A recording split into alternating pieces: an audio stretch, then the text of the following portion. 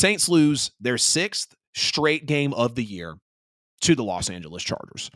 I'm not even coming here to recap the game at this point, because what more can you really recap when you continue to see the same steaming hot pile of crap put onto the field that Dennis Allen and this coaching staff and this front office continues to do week after week, letting these fans down. I'm not going to sit on here and continue to go on about that, because now at this point, you've lost 6 in a row. The playoffs are out of the question, even though you've got, I don't know, a 4% chance, I think it was, I saw today, to make it. I don't care about Derek Carr coming back. I don't care about a meaningless end-of-the-year winning streak to somehow save Dennis Allen's job, because I wasn't doing the show at the time, still very busy in life, but before I came back, it was on my Saints agenda. The top thing, it has to be the final year of Dennis Allen and Mickey Loomis. Don't know if this is going to be it. I'm still waiting for the best notification in the world for when Dennis Allen gets fired, because now you have him backing up dirty plays. I mean, we know this guy's in over his skis, okay? Again, I'm not going to sit here and recap the game. I've already made a few complaints that are the same from previous episodes and previous segments, but it doesn't mean that the problem's still not there. The Saints are now officially on the longest losing streak since 2005. That was a Hurricane Katrina year when the Saints went 3-13 and their Superdome got wiped out, and they played home games all over the state. Longest losing streak since 2005. Back when they were still the AINTS. Through all the years of Drew Brees and Sean Payton, through all the years that we've had, the 2 years of Dennis Allen and the 2 years of Pete Carmichael after Sean Payton left, and the 1 year of Sean Payton with no Drew Brees, and in the 2012 to 2016 years, 2017 years, are the Drew Brees and Sean Payton era possibly done? Back to 7 to 9 years, but you never lost 6 straight in those years. And now Dennis Allen has officially done that. You've now allowed the longest Saints streak of 25-plus points given up in a game. Let's clap it up for that Dennis Allen defense. The last 3 games, you're allowing over 200 yards rushing. Let's clap it up for that Dennis Allen defense, because, we look beyond the results. Dennis Allen once led this defense to an NFL record 55 straight games without a 100-yard rusher. An NFL record. Now, we know Dennis Allen's, only beat one team with a winning record, and it was Gardner Minshew. It wasn't even Jalen Hurts of Philadelphia. And got me losing my train of thought trying to actually process things about this head coach of ours. Dennis Allen did establish a good defense for the Saints, but when it's come down to clutch moments, it is broken time and time and time and time again. Last 3 games allowing over 200 yards rushing. The defense has absolutely quit on Dennis Allen. Like I said in the last episode, they look dead. This defense has now, for 6 straight weeks, given up 26, 33, 51, 26, and 26. You did your best to only give up 15 to Philadelphia, all things considered, in that game. Where's the defense? The calling card for the guy that Miss Benson and Mr. Loomis are employing as the leader of this team is no longer effective. It's no longer active. It's no longer there. I'll actually be doing college tomorrow, Brian. I actually don't take calls in to the show anymore, but if you still wanted to comment tomorrow on the show, or maybe if you have a certain time that you want to call in, I'd love to have you maybe chime in with my brother Alan and I when we chop up college. Saints offense got multiple starters back. They had 10 days to prepare, and you mustered 2 field goals. Now, I know it was against the number 1 scoring defense in the NFL. I know that. And you even got Jake Haener a chance to play because Spencer Rattler looked so flustered. And Clint Kubiak, I don't know what's up with Kubiak at this point. I get it. You go through your injuries. You have to shuffle around a very makeshift offensive line. You now have your basically third quarterback who's taken snaps this year. But no downfield shots. Again, something that the Saints kind of prided themselves on in the early weeks of the year, which we know that was a mirage. That wasn't real. The Saints were just waiting to get into the actual midseason form, get banged on a little bit like you do when you play in the NFL, go through the adversity and just the tiredness that the league presents to you, and the Saints broke down. You had 10 days to prepare off of a mini bye week after getting absolutely embarrassed in the Drew Brees Hall of Fame induction. And you mustered 2 field goals. You only scored 8 because your defense gave you 2. So your defense put up 33% of the points that your offense did, and your offense only scored 6. Dennis Allen is even worse on the all-time coaching list. For an update, if y'all remember last year, I said Dennis Allen was 4th worst all-time for NFL coaches that have coached. I think it was it 60-something games, 50-something games at that point? Dennis Allen is now 26 and 50 whatever at this point. 6 straight losses, worse since 2005, the Katrina year. Damn near reverting back to the AINTS. Last time the Saints were the AINTS. That's how many, that was the last time they lost that many games in a row. But let me reel it back in. Dennis Allen. You know what? I actually want to pull it up because I know it, but I want to read it verbatim. Shout out my boy Darby.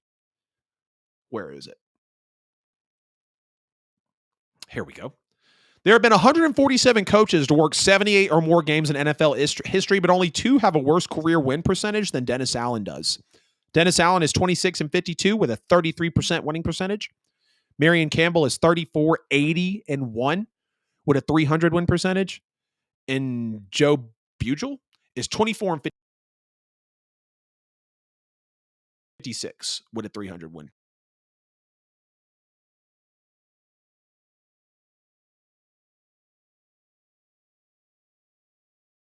Nothing is as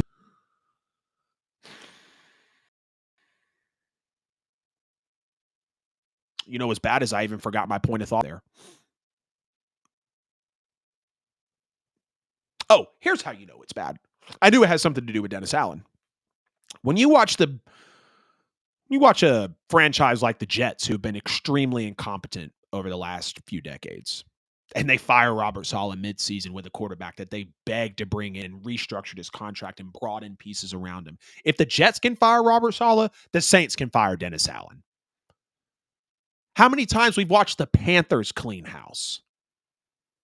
Now, given they have a owner who is more business-minded than he is football-minded, but how many times have we watched these bad franchises fire coaches that are just absolutely crapping the bed in front of our eyes? I mean, the Raiders did it midseason. They fired their coach and their GM midseason. Now, that's the Raiders, but you had the Chargers firing Brandon Staley. I know you're probably thinking, well, Adam, you probably think the Saints are ran better than the Jets or the Panthers or any of these other teams that you've named. Excuse me. And to an extent, yeah, because the Saints have had a great win percentage over the last, decade compared to these other teams. But if you can't get even on the same line as the incompetent franchises in this league to cut bait with a dead weight head coach, the Saints are doomed. Straight up. If you can't even stoop to the level of the Jets and the Panthers, who you play next week, you're doomed. And you continue to employ this man who does not have the locker room. Dennis Allen goes on the radio. I want to pull up this tweet that I put out the other day because this is literally our head coach. Where is it? DA on being a results business. I don't think we look at things the same way as maybe people outside our building do. Clearly, DA. We're not focused on looking in the rearview mirror or what happened in the past. Just like Mickey Loomis says, you look beyond the results.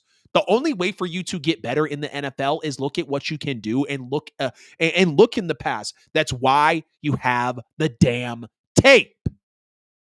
You going to go out and say you don't watch tape now? You going to come out and give us another reason why you look beyond the results? We're focused on what are the things we can control, what are the things we can change, and that starts this week with going to Carolina and getting a win.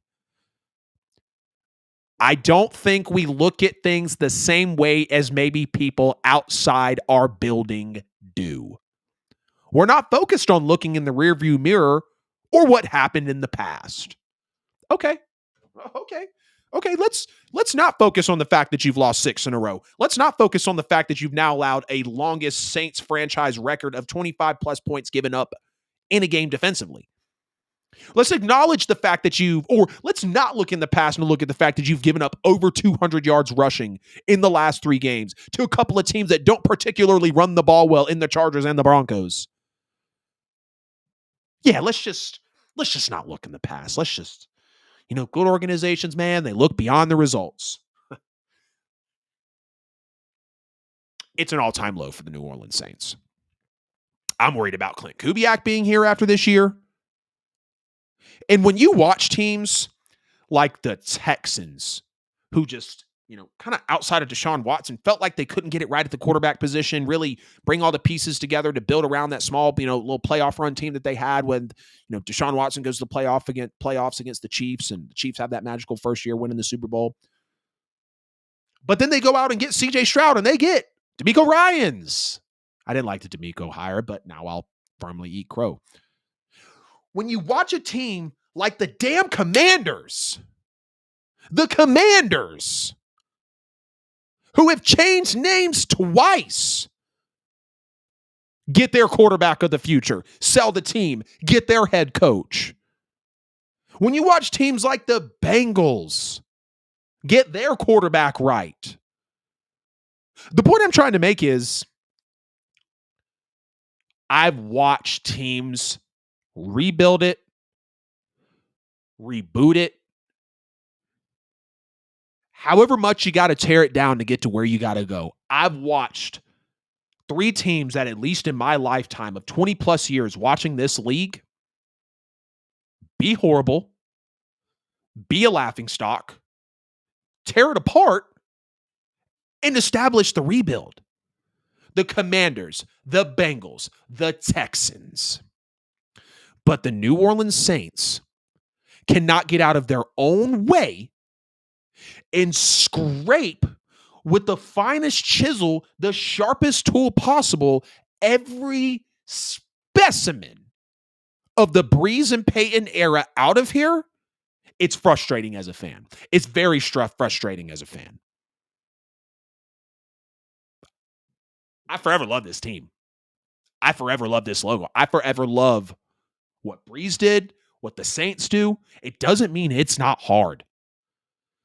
But it gets to a point to where what are these guys thinking or processing other than the fact that we're just trying to sell tickets? We are just trying to fill those seats, because eventually the fans are going to stop coming.